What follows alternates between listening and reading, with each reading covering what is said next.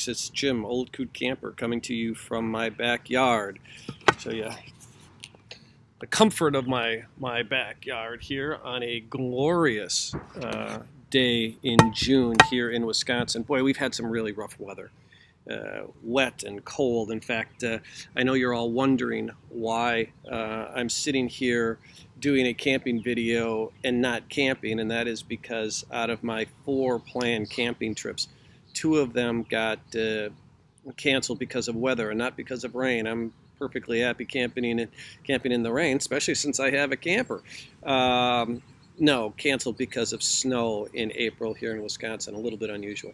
So anyway, I want to talk a little bit, and hopefully this is my last video, by the way, from a place other than a campsite. But I want to talk to you a little bit about towing and my challenges with towing. So for those of you who are experienced RVers, you know that matching your tow vehicle with your trailer is a key component of trailer safety and trailer towing safety. And I did not want to be one of these people that picked a vehicle that was inappropriate for the TAP 400 and end up in a ditch or with my camper rolled over and my car rolled over and a serious accident. So I tried to do a lot of research on what the right tow vehicle was, and used some calculators online. The folks from Keep Your Daydream, I'll link to that below, had a really nice video along with an Excel calculator that when you plug the numbers in for your vehicle weight and your trailer weight and the gross vehicle weight rating, all those types of things, that actually popped up green if you were good to go, red if you weren't. And I can't show you that here because this is a new MacBook Pro and I haven't downloaded Excel yet. But anyway, I did use that and came up with a variety of potential tow vehicles. I did have one constraint as I was picking my tow vehicle, which turned out to be a pretty big one, bigger one than I thought, and that is this was going to be my wife's everyday vehicle as well as the camper tow vehicle. So it had to meet her criteria as well. And the problem that created was that the vehicles I had in mind were too big for her to drive. She just wasn't very comfortable. So I had to go with a smaller tow vehicle than I would have otherwise wanted. No pickup truck. The one vehicle that I did like, that we both liked, was the Jeep Grand Cherokee Trailhawk, I think it was, which had a 6,000-pound tow rating, if I recall, a lot of ground clearance. The problem was she has a desire to make sure that we can fit all of our kids, our 2 kids and their significant others, in our car if we ever want to go out to dinner or anything like that. And of course the Jeep Grand Cherokee wasn't going to handle that, and that actually limited my choices. But anyway, ended up with the Toyota Highlander, which from the manual has a 5,000-pound towing capacity with a 500-pound hitch weight.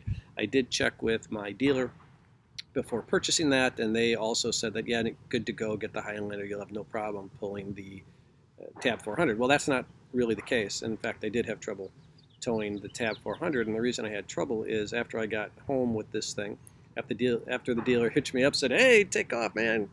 Yeah, thanks for buying the TAP 400. Don't come back unless you want to buy another RV from us." That's kind of the message I've been getting, and we've talked about my experience with my RV dealer. Anyway, it was clear to me that while it wasn't, the classic V like this, clearly the front end of my Highlander was up and the back end was down.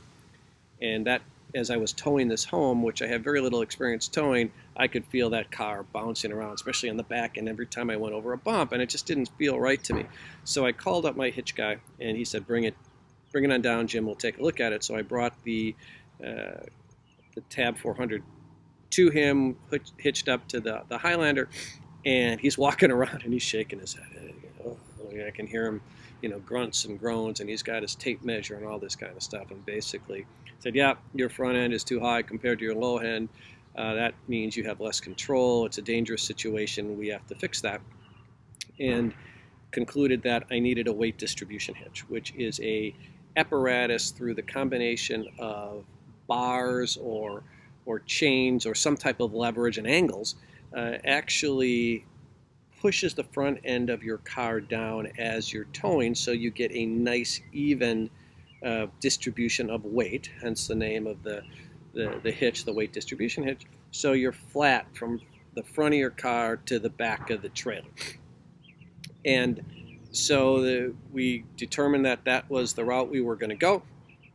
Had to pick a weight distribution hitch. There are many of them on the market, and that was a little bit of a challenge because the tongue weight of the Tab 400 came in when he measured it at 465 pounds, which, by the way, is pretty heavy for a RV that fully loaded is rated at 3,500 pounds. You're well above that kind of sweet spot of 10% of the weight of the trailer on the tongue. You're well above that, and that puts a lot of pressure on the back of your tow vehicle.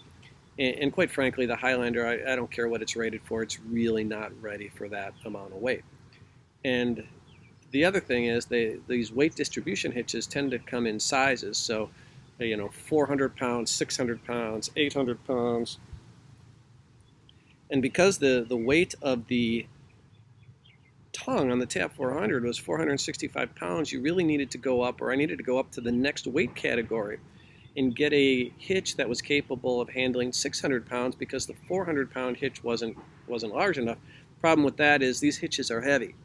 And so that actually in itself has to be compensated for, because when you add the weight of the tongue and you add the weight of the hitch itself, which I'll show you a picture of in a minute, that itself is like maxes out the back end of my Highlander's weight capacity. So anyway, we went with a trunnion style fast hitch model.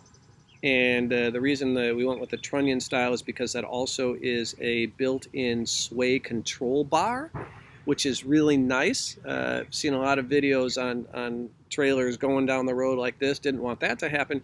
And what's really nice about this is, for those of you who have a sway bar, you know that a lot of times you have to take the sway bar off before you back up so you don't bend the bar or damage the tongue. Well, in this case, you do not have to do that. So good to go, except that we bought a clamp-on style. I'll show you a picture of that. And problematic is that the clamps have to be so far back from the center of the ball. And as it turned out, the clamps, which sit up above the frame, maybe about that far, were coming up right under the tub. This is problematic. So we thought we could cut a hole in the bottom of the tub and just let those things slide up. No go, because the propane tank was in the way. The anchor for the propane tank would have to be removed from the tub. And so we ended up coming with another solution. I'll show you a picture of that, which is to raise the tub by welding a couple of very lightweight aluminum bars perpendicular onto the tongue. So here I am. I haven't gone camping yet. I've got the tongue pulled off. I've got to modify that. Then I realized when we put the tub back on, it was a little bit farther away from the frame or from the RV itself. That meant my propane tank connecting tube wasn't long enough. I had to buy a new one of those and cut that to size. Oh my God, on and on and on and on. But finally, we got the weight distribution hitch on. It's aligned. The car rides much better. I feel much safer. But because the weight distribution hitch is heavy in and of itself, and the tongue of the Tab 400 is overweight relative to the RV, in my opinion, it's a very front-heavy model. I cannot put a lot of weight in the back of my Highlander. I'm not going to be able to put, for example, a 40-quart cooler with a bunch of beer and ice in there to go camping if I need that, because it puts too much weight on the back of the Highlander. And likewise, if I put it in the Tab 400, I have to put it behind the axles, because if I put it in the front of the axle, it's going to do the same thing, put a lot of weight. So I just have to be very careful. So I'm limited in really what I can do. It's going to be okay for me around Wisconsin, but again, I would never take this vehicle on a significantly long distance, never take it towing the Tab 400 through the mountains. I don't care what it's rated for. It's not going to handle it. Would never take it boondocking because there is no clearance. That's okay. When I retire in a couple of years, I'll buy a bigger tow vehicle, and my wife can have the Highlander for nothing other than her own use, and I won't use it. So anyway, that's my trouble with towing story. Hope you got something out of it. Advice to you is buy a bigger tow vehicle. don't buy a Toyota Highlander to pull a Tab 400 if you plan on doing anything other than driving around the Flatlander states like Wisconsin. Hope that was helpful. Y'all take care.